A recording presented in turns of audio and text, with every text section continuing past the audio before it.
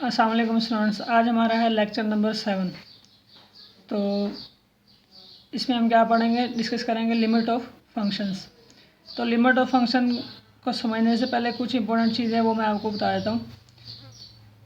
Remember that, एक चीज़ आपने हमेशा याद रखनी है, क्या? 0 divided by zero, 0 divided by zero. इसको आप इस तरह नहीं कर सकते कि 0 को 0 से कैंसिल करके आप इक्वल टू 1 लिख दें। ठीक है, कि मैंने क्या लिखा है, 0 divided by zero not equal to 1, मतलब 0 को 0 से कैंसिल करके आप 1 के इक्वल नहीं लिख सकते। सही है, बिकॉज 0 बाई ज़ीरो फॉर्म क्या होती है? 0 by zero form is an indeterminate form. ठीक है, क्या होती है? अनडिटर्मिनेंट फॉर्म। सही। सिमिलरली ये आपको समझ लग गई कि अगर 0 बाई ज़ीरो फॉर्म हो तो उसको आप कैंसिल नहीं करोगे, क्या होगी? अनडिटर्मिनेंट फॉर्म। ठीक है, तो इसी तरह अब क्या है हमारे पास, x-1 हो और डिवाइडेड बाई x-1 हो, सेम फैक्टर है ना। ऊपर क्या है? x-1, नीचे भी क्या है?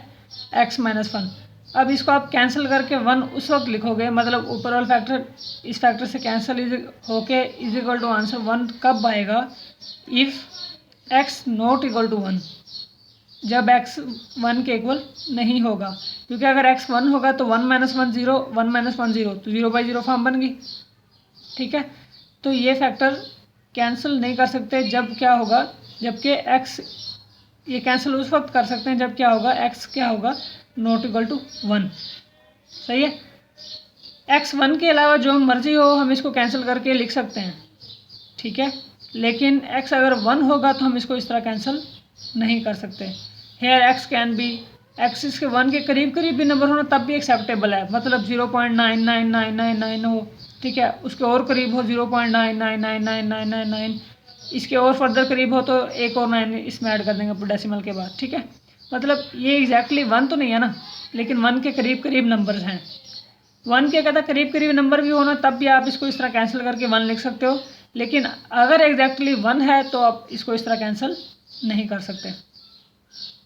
ठीक है, एक बात यह समझ लगी आप लोगों को। अगेन बता देता हूँ कि 0 बाई ज़ीरो फॉर्म क्या होती है? अनडिटर्मिनेंट फॉर्म होती है। इसको आप कैंसिल करके इक्वल टू 1 नहीं लिख सकते। ये इक्वल ऊपर लाइन लगाए, नॉट इक्वल का साइन है। ठीक है, because 0 by zero form is an indeterminate form. Similarly इसी को आगे कंसेप्ट इंक्रीज किया गया कि x-1 डिवाइडेड बाई x-1, ये कैंसिल होके 1 उस वक्त आंसर देगा जब x does not equal to 1, मतलब यहाँ पे x की वैल्यू आप 1 पुट नहीं कर सकते, क्योंकि अगर x की वैल्यू 1 पुट करेंगे तो 1 - 1 0 डिवाइडेड बाई 1 - 1 0, तो 0 बाई ज़ीरो फॉर्म बन जाएगी। इसलिए हम इसको कैंसिल करके 1 इक्वल नहीं लिख सकते। तो इसमें हम 1 के करीब करीब कोई भी वैल्यू 1 के करीब करीब कोई वैल्यू लें हम, तब हम इसको कैंसिल कर सकते हैं। फॉर एग्जाम्पल x की वैल्यू 0.999 इतनी वैल्यू ले लें, तब भी हम इसको कैंसिल कर सकते हैं, क्योंकि x एग्जैक्टली हमारा 0.9999 है, एग्जैक्टली 1 नहीं है। ठीक है, तो अब हम डिफाइन करते हैं लिमिट को। बेसिकली लिमिट का कंसेप्ट तब शुरू हुआ था जब हमारे पास कोई फंक्शन थे। फॉर एग्जांपल ये फंक्शन है मेरे पास f(x) is equal to 1/x-1। ठीक है, अब अगर मुझे यहाँ पे f(1) चाहिए, f(1), तो क्या होगा? 1/1 - 1 0, 1 बाई ज़ीरो क्या होगा? अनडिफाइंड। वो क्या होगा? Undefined, does not defined. ठीक है, तो अब ये मसला कर रहा था कि 1 पे हमें ये फंक्शन वैल्यू ही नहीं दे रहा, फिर इसका क्या किया जाए? इसी तरह अगर इसको मैं इस तरह भी लिख दूँ x² - 1, ठीक है, तो x² - 1 भी अब उसको ऊपर पुट करो 1 - 1 0, 1 - 1 0, मतलब 0 बाई ज़ीरो फॉर्म बन गई। अब क्या बन गया? 0 by zero form, again indeterminate form बन गई। इसको मैं कैंसिल करके 1 नहीं लिख सकता। ठीक हो गया। तो जब ऐसे मसले आए थे तो उस वक्त इन्होंने कंसेप्ट डिफाइन किया था किसका? लिमिट का, कि हम इस 1 पे भी, 1 पे तो एग्जैक्टली वैल्यू नहीं हासिल कर सकते, लेकिन हम इसके 1 के क्लोज आके हम कोई वैल्यू लेके आते हैं। जैसे जैसे हम 1 के क्लोज जाएंगे, फंक्शनल वैल्यू किसी नंबर के क्लोज आती जाएगी। समझ आ गई? जो नंबर डिफाइन होगा। ठीक है, तो लिमिट को उन्होंने किस तरह डिफाइन किया था? Limit of a function f(x), अब किसी फंक्शन की लिमिट, जैसे ये फंक्शन है, इस फंक्शन की limit approaches to a number l, किसी फिक्स नंबर उसको लिमिट नाम लिमिट है तो उसको उसने एल का नाम दे दिया। किसी नंबर एल पे अप्रोच करेगी as x approaches to a number a, ठीक है, x approaches to number a. जैसे कि हम यहाँ पे 1 था ना, अब ये मेरी ए की वैल्यू है, तो कहते हैं जैसे जैसे हम 1 के करीब जाएंगे फंक्शन किसी वैल्यू के करीब जाता रहेगा। समझ आ गई? Not exactly equal to 1, okay, क्योंकि जैसे जैसे हम एग्जैक्टली अगर मैं 1 पुट करूँगा तो ये क्या बन जाएगी, इंडिटरमिनेट फॉर्म। वो कहता है कि हम 1 के करीब करीब जाके फंक्शन किस वैल्यू के करीब जाएगा उसे हम क्या कहेंगे, लिमिट कहेंगे। समझ आ गई? तो इसको मैथमेटिकली इस तरह लिखा है, लिमिट एक्स अप्रोचेस टू ए, मतलब ये वो आपका 1 है ये वाला, ठीक है। जैसे जैसे हम ए के करीब अप्रोच करेंगे तो फंक्शन वैल्यू किसके करीब आएगी, एल के इक्वल आ जाएगी। मतलब एल की तरफ अप्रोच करेगी तो हम जिस वैल्यू की तरफ अप्रोच करेगी उसे हम कह देंगे यही हमारी लिमिट है, ओके। हाँ, अगर तो हमारा फंक्शन इज डिफाइंड एट ए, अगर ये फंक्शन ए पे डिफाइंड होता, फॉर एग्जांपल ये जिस तरह लिखा हुआ है, अगर मेरा एफ ऑफ एक्स क्या है, एक्स प्लस 2 है, ठीक है, और लिमिट हमसे पूछ जा रही है किस पे, ए पॉइंट पे, फॉर एग्जांपल 1 पे पूछी जा रही है। अब मैं 1 पुट करूँगा तो 1 + 2 3 हो जाएगा। तो इसका मतलब लिमिट इस पे एग्जिस्ट करती है और इस पर कोई मसला नहीं है, मतलब फंक्शन वैल्यू भी एग्जिस्ट करती है। अगर तो फंक्शन इस पॉइंट पे डिफाइंड है तो हम लिमिट भी यही इस पॉइंट पे वही वैल्यू होगी जो इसके 1 इसमें पुट करने से होगी। देखो कैसे, तो फिर अगर if f x is defined at a then limit x approaches to a f of x is equal to f of a. F of a क्या होता है, यही वैल्यू आप इस फंक्शन में पुट कर दो तो वही आपकी लिमिट आ जाएगी, ठीक है। तो limit x approaches to 1 x plus 2, अब 1 पुट करने से इसमें क्या आएगा आंसर 3, तो इसका मतलब एफ ऑफ 1 भी इसमें क्या है 3 है, एफ ऑफ 1 क्या है 3 है। तो इसी पॉइंट पे हम लिमिट कैलकुलेट कर रहे हैं, तो इस पर फंक्शन डिफाइंड है तो हम क्या कहेंगे, यही इसकी लिमिटिंग वैल्यू है, ये इसकी क्या है, लिमिटिंग वैल्यू है। समझ आ गई? तो जहाँ हमारे पास फंक्शन डिफाइंड होगा इस पॉइंट पे हम वही पॉइंट इसमें डायरेक्ट पुट कर देंगे, वो हमारी क्या हो जाएगी, लिमिट कैलकुलेट हो जाएगी, ओके। जहाँ पे डिफाइंड नहीं होगा फिर हम उसमें कुछ फर्दर हम क्या करेंगे, इस पॉइंट के करीब करीब जाएंगे कि ये पॉइंट, जैसे हम इस पॉइंट के करीब करीब आ रहे हैं तो ये फंक्शन किस वैल्यू के करीब करीब जा रहा है, ठीक है। तो हम ये डेफिनेशन यूज़ करेंगे लिमिट की। यहाँ तक लिमिट में कोई मसला नहीं है, सिर्फ क्या करना है, जिस पॉइंट पे फंक्शन डिफाइंड नहीं हो रहा ये लिमिट वहाँ पे हमें फ़ायदा देती है, तो हम क्या करते हैं उस पॉइंट के करीब करीब जाते हैं। X approach to a number a, इस पॉइंट के करीब करीब जाएंगे तो फंक्शन क्या अप्रोच करेगा, इस नंबर के करीब करीब अप्रोच करता जाएगा, ठीक है। तो हम इस अप्रोचिंग वैल्यू को कह देंगे कि ये हमारी क्या है, लिमिट है किसकी, इस फंक्शन की एट दैट पॉइंट जिस पे वो डिफाइंड नहीं था, सही है। तो ये लिमिट हमें ये बेनिफिट देती है। तो अब हम देखते हैं एग्जांपल की तरफ आ रहे हैं। तो पहले एग्जांपल है कि limit x approaches to 1 x² - 1 over x - 1, ठीक है। अब इसमें क्या करना है, हमने लिमिट फाइंड करनी है किस पॉइंट पे, 1 पे फंक्शन क्या है x² - 1 ओवर x - 1। अब मैं जैसे इसमें 1 पुट करता हूँ, 1 पुट करूँगा एक्स की जगह पे 1 का स्क्वायर 1 - 1 1 - 1 0 डिवाइडेड बाई 1 - 1 0, तो क्या बन गया 0/0 फॉर्म, ठीक है। तो वो क्या हो गया, अनडिटरमिनेट फॉर्म। तो इस पर हमें तो फंक्शन की वैल्यू मिल ही नहीं रही, और अगर फंक्शन की वैल्यू मिलती तो हम कह देते कि ये लिमिट की वैल्यू भी यही है क्योंकि फंक्शन इसी वैल्यू पर डिफाइंड है। अब फंक्शन इस पर डिफाइंड है तो अब लिमिट हम कैसे कैलकुलेट करेंगे, तो फिर हम क्या करेंगे, डेफिनेशन यूज़ करेंगे कि हम क्या करेंगे, 1 के राइट साइड से भी अप्रोच करेंगे 1 की तरफ और लेफ्ट साइड से भी अप्रोच करेंगे। अप्रोच करना मतलब 1 के क्लोज वैल्यूज लेंगे।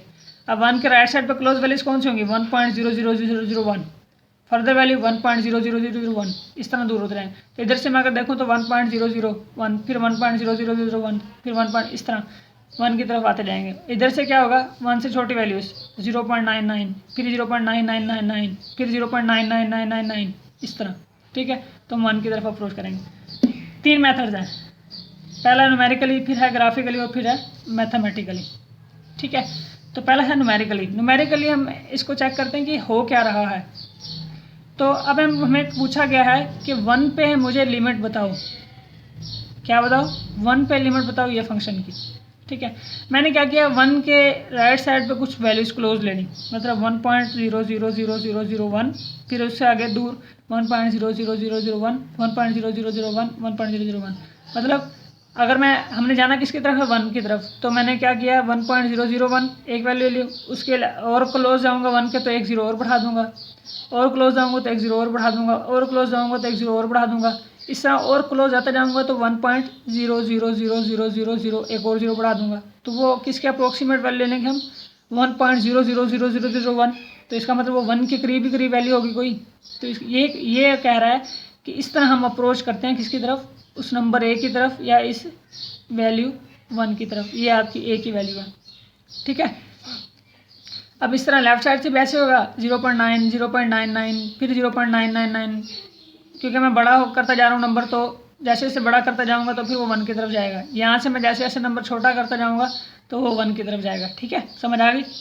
तो राइट साइड से भी 1 की तरफ अप्रोच करना है और लेफ्ट साइड से भी 1 की तरफ अप्रोच करना है। देखते हैं हम फंक्शन क्या आंसर बिहेव करता है इसमें। तो जैसे मैंने 1.001 इस फंक्शन में पुट किया, 1.001, मैं इसमें आपको पुट करके भी दिखाता हूँ एक वैल्यू, 1.001, इसका स्केयर -1 डिवाइडेड बाई 1.001 -1। ठीक है, तो ये मैंने वैल्यूज़ पहले पुट की। कौन सी वैल्यू पुट करूँ, 1.001, तो मेरा आंसर क्या है 2.001। अब जैसे ही मैं नेक्स्ट वैल्यू पुट करूँगा, ज़ीरो एक और बढ़ा देता हूँ, मतलब मैं 1 के करीब जाना चाह रहा हूँ, तो फिर क्या हो जाएगा 2.0001, यानी कि ये 2 की तरफ जा रहा है। ठीक है, जैसे जैसे मैं ये 1 से फासला कम करता जा रहा हूँ, ये फंक्शन क्या करता जा रहा है, 2 से फासला कम करता जा रहा है। ठीक है, 2.001 2 से ज़्यादा फासला है, 2.001 ये 2 के और करीब होता जा रहा है। इस तरह मैं जैसे ऊपर जीरो इंक्रीज़ करता जाऊँगा तो नीचे भी वो एक ज़ीरो इंक्रीज़ करता जाएगा डेसिमल के बाद।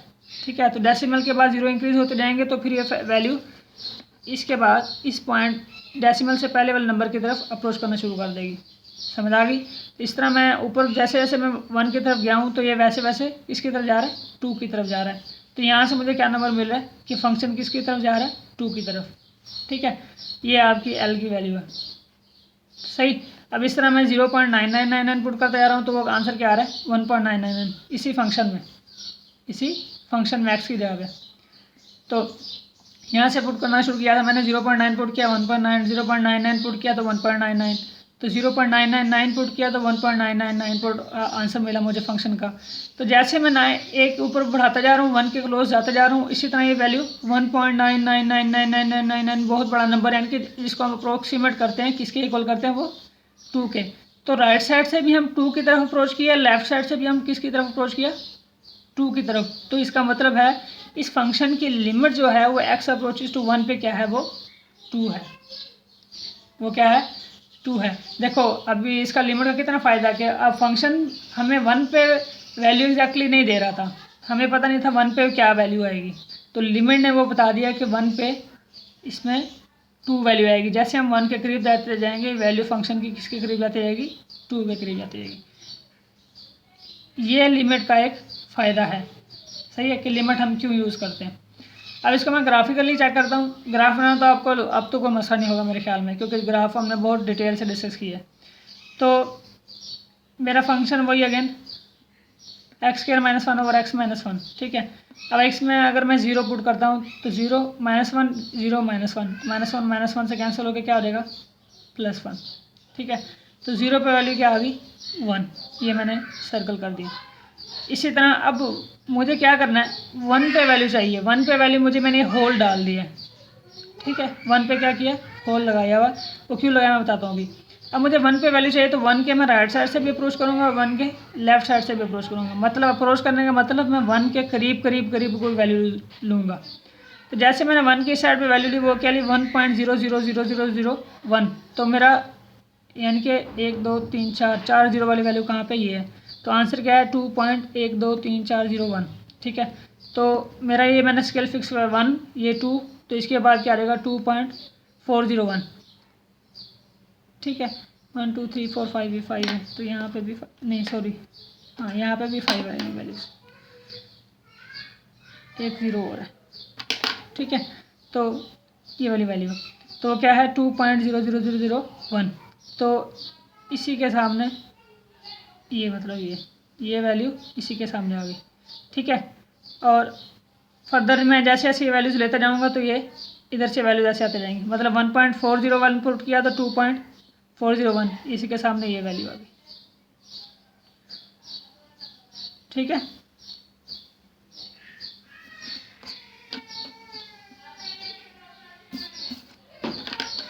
तो इस वैल्यू पे ये वैल्यू आई, नेक्स्ट और करीब गए तो ये वैल्यू आई है, इस तरह और करीब जाएंगे तो यहाँ पे कोई वैल्यू होगी, और 1 के करीब जाएंगे तो फिर यहाँ पे कोई वैल्यू होगी, ठीक है। तो ये देखो यहाँ पे जैसे जैसे मैं इसकी तरफ आ रहा हूँ तो फंक्शन किसकी तरफ आ रहा है, ये फंक्शन की वैल्यू यहाँ पे लिखी होती है ना, तो जैसे जैसे मैं इधर आऊँगा तो फंक्शन यहाँ से इस साइड से फंक्शन कहाँ किसकी तरफ आ रहा है, ये 2 की तरफ। एग्जैक्टली 2 पे वैल्यू नहीं है, मैं अगेन बता रहा हूँ, एग्जैक्टली यानी कि 1 पे वैल्यू एग्जैक्टली नहीं है, उस पर को मैंने क्या किया हुआ है, होल बनाया हुआ है, ठीक है। अब मैं जैसे 0.9999 पुट करता हूँ तो यहाँ पे फंक्शन क्या आ रही है 1.999, यानी कि इस तरफ भी 2 की तरफ जा रहा है, मतलब जैसे मैं इधर से आऊँगा ऐसे तो ये फंक्शन इधर ऐसे मूव करना शुरू कर देगा, ठीक है।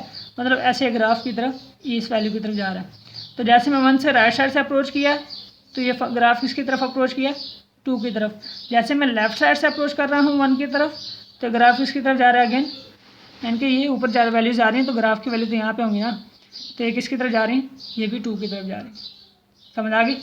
तो इससे भी ग्राफिकली भी मुझे नज़र आ रहा है कि इसकी लिमिट की वैल्यू क्या है, वो 2 है, ठीक है। लिमिट ऑफ द फंक्शन क्या है इस पॉइंट पे 1 पे, वो क्या है 2 है।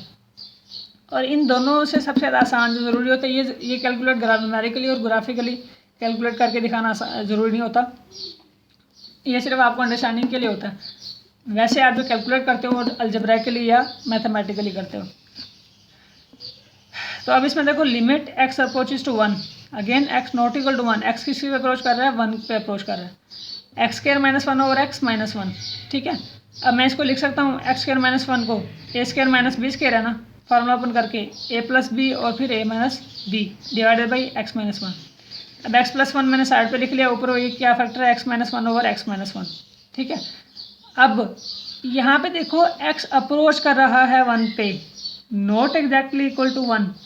जब x अप्रोच कर रहा हो 1 पे तो हमने क्या कहा था, मतलब ये इसको कैंसिल करके 1 लिख सकते हैं, if x not equal to 1, x approach भी करेगा कोई क्लोज वैल्यू पे तब भी ये कैंसिल करके इसको हम 1 लिख सकते हैं। तो अब मैं क्या करूँगा, इसको कैंसिल कर सकता हूँ क्योंकि x मेरा क्या कर रहा है, अप्रोच कर रहा है किसकी तरफ, 1 की तरफ, ठीक है। और यहाँ मैंने लिख भी दिया since x does not equal to 1। तो अब मेरी लिमिट क्या है, लिमिट x अप्रोचेस टू 1, ये कैंसिल हो गया, 7 × 1 हो के कोई फर्क नहीं पड़ेगा, तो ये क्या आ गया x + 1 आ गया, ठीक है। अब देखो मैं अगर इसमें 1 पुट करता हूँ तो 1 + 1 2, तो इसका मतलब इस पर फंक्शन डिफाइंड है 1 पे, तो इसकी लिमिट क्या होगी, डायरेक्ट ही वैल्यू इसमें पुट कर देंगे, वो क्या होगी 1 + 1 वो इज इक्वल टू क्या आ गया 2। तो इस तरह आप लिमिट कैलकुलेट करोगे। मतलब मैथमेटिकली में क्या करते हैं हम, जो फैक्टर हमें तंग कर रहा होता है, जैसे यहाँ पे 1 पुट करने से क्या हो रहा था 0, ठीक है, तो हम क्या करेंगे, कोशिश करेंगे इस फैक्टर को कैंसिल आउट करें, तो फिर हम उसके लिए रैशनलाइज भी करेंगे, हम उसके लिए फैक्टर भी बना सकते हैं ऊपर, जैसे मैंने फैक्टर बनाए हैं, इस तरह और वेज भी हैं। तो अब इसमें क्या होगा, मैंने ऊपर फैक्टर बना लिया x + 1 x -1, जो फैक्टर ख़राब कर रहा था उसको मैंने कैंसिल कर दिया, ये इस तरह, क्योंकि ये मेरी वैल्यू इस पर अप्रोच करी थी, नॉट एग्जैक्टली इस पॉइंट पे भी, ठीक है। तो हम फिर क्या करेंगे, डायरेक्टली उसमें वो वैल्यू पुट करके हम क्या कर देंगे, उसको बता देंगे कि आपकी भैया लिमिट ये है, लिमिट क्या आपकी 2 है इस x अप्रोचेस टू 1 पे इस फंक्शन की, समझ आ गई। तो आई होप आप लोगों को अच्छे से अंडरस्टैंड हो गया होगा। तो इसमें अगर कोई क्वेश्चन हो तो फिर आप लोग पूछ सकते हो, मतलब मुझसे व्हाट्सएप वाले ग्रुप में, अपने क्लास वाले ग्रुप में। तो नेक्स्ट लेक्चर में हम इसकी फर्दर और एग्जांपल्स करेंगे लिमिट की। ओके बच्चों, अल्लाह हाफिज़।